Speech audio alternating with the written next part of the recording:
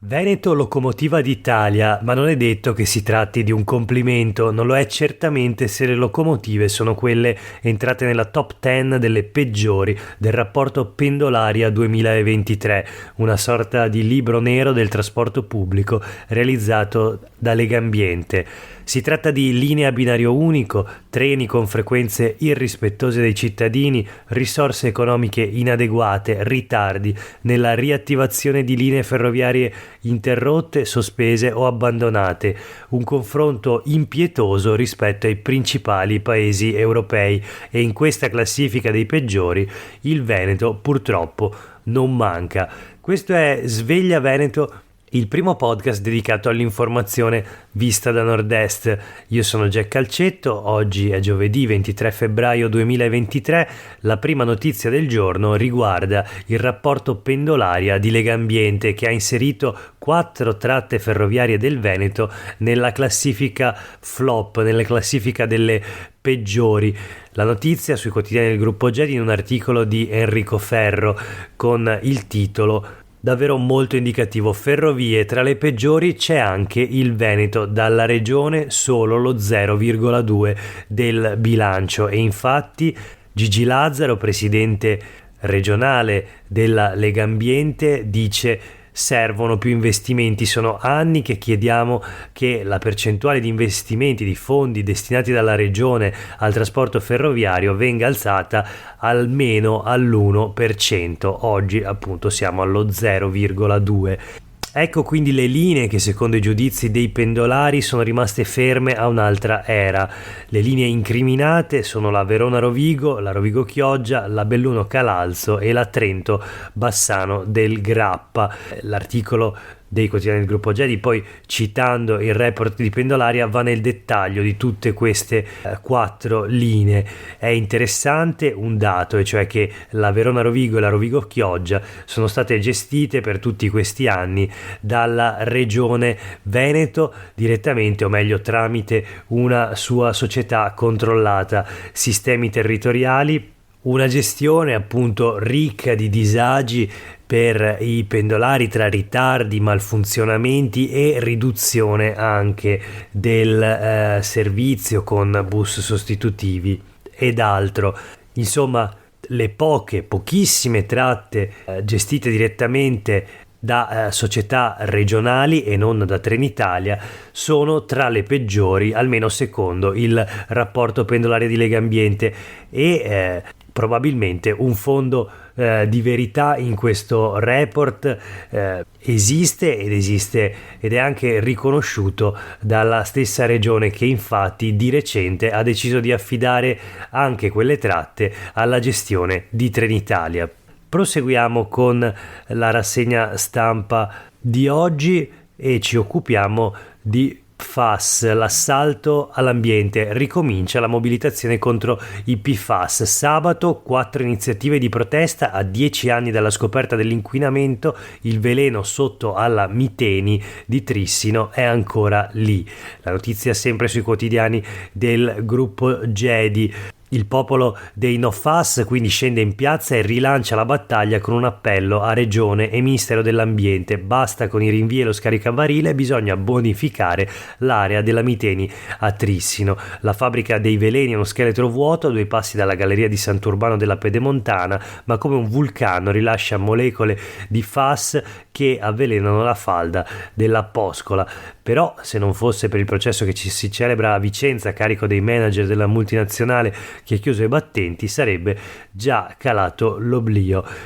Così scrive Albino Salmaso sui quotidiani del gruppo GEDI. E ci sono anche le dichiarazioni di Giovanna Dallago, che assieme a Michela Piccoli guida la battaglia delle mamme no FAS. Non ci possiamo rassegnare ai ritardi della politica, noi lottiamo per la salute dei nostri figli che hanno diritto a vivere in un ambiente sano, bere acqua senza FAS, mangiare frutta e verdura non contaminate. Il giornale ricorda che nell'area appunto delle falde avvelenate chi abita in zona gialla e non in zona rossa è costretto a pagarsi il ticket per gli esami del sangue, gli esami quindi di controllo. per sapere quante particelle ci sono nel proprio sangue. Saranno 4 in contemporanea le manifestazioni programmate per sabato dalle 14 alle 16. La prima sarà davanti allo stabilimento ormai dismesso della Miteni di Trissino, la seconda davanti al municipio del comune vicentino che nel suo territorio ospita l'azienda, e la terza a Venezia in Sestiere d'Orsoduro davanti a Palazzo Balbi della regione, l'ultima a Roma al Ministero dell'Ambiente. Quindi manifestazioni in contemporanea da Trissino a Roma. Questa la notizia sui quotidiani del gruppo Gedi.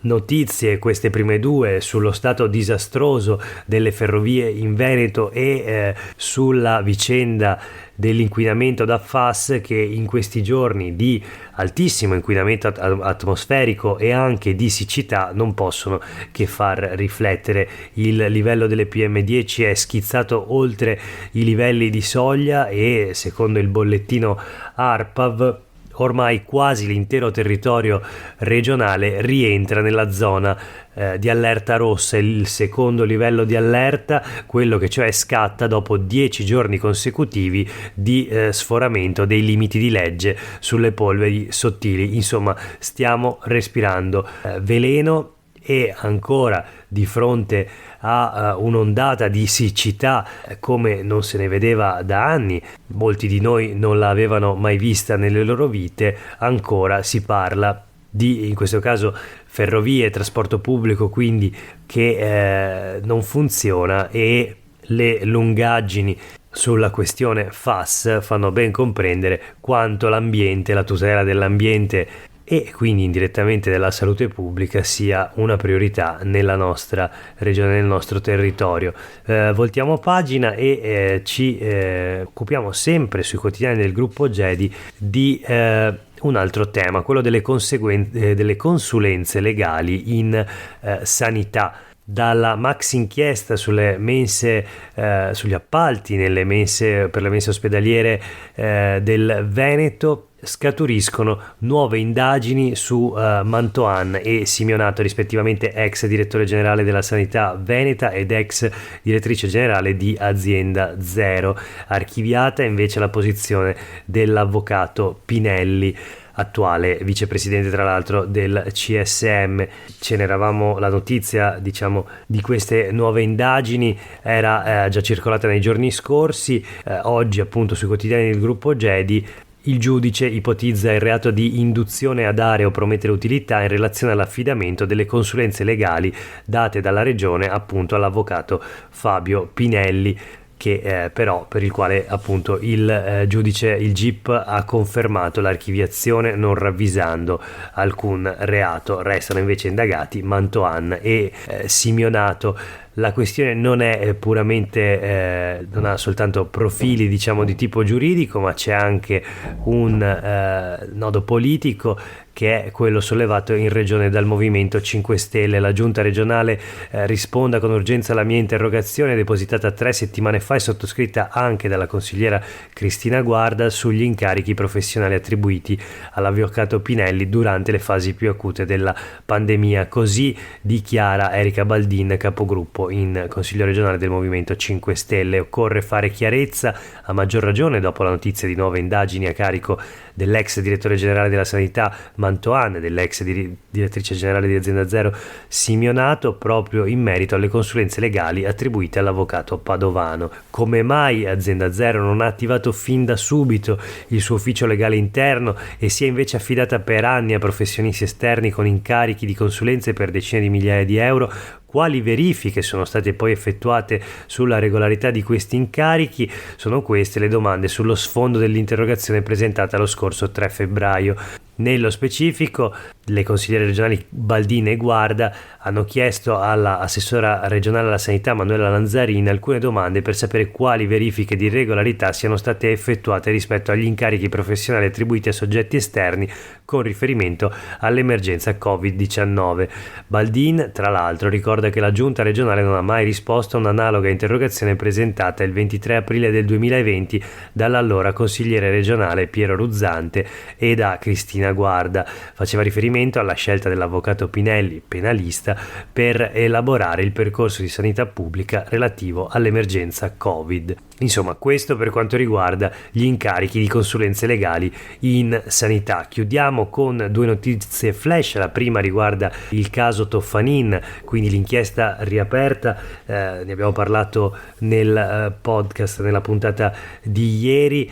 È una vicenda di mafia, riguarda appunto la storia di Matteo Toffanin, vittima di mafia, ucciso da due sicari nel maggio del 92. Ieri è stato sentito dai PM il presunto obiettivo dei killer che uccisero Matteo. Matteo naturalmente vittima di mafia e anche vittima di uno scambio di persona. Secondo il presunto obiettivo, però, che si chiama Bonaldo, i due sospettati lo conoscevano bene e non avrebbero sbagliato. Insomma, ieri ha dato la sua versione ai PM.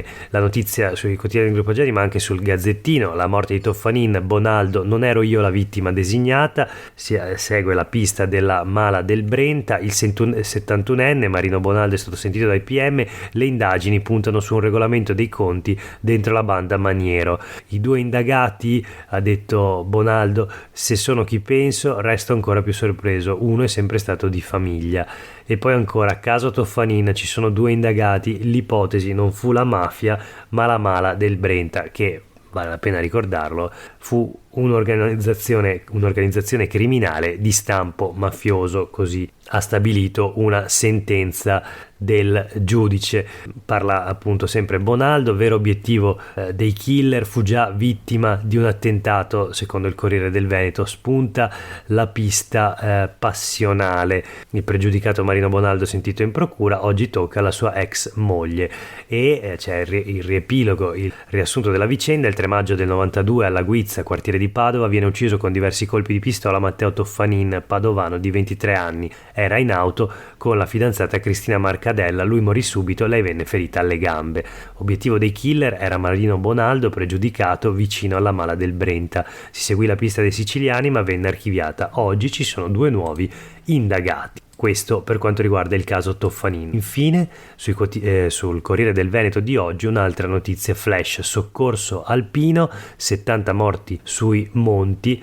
In aumento quindi gli interventi in montagna del soccorso alpino, aumentano le vittime, 70 nel 2022.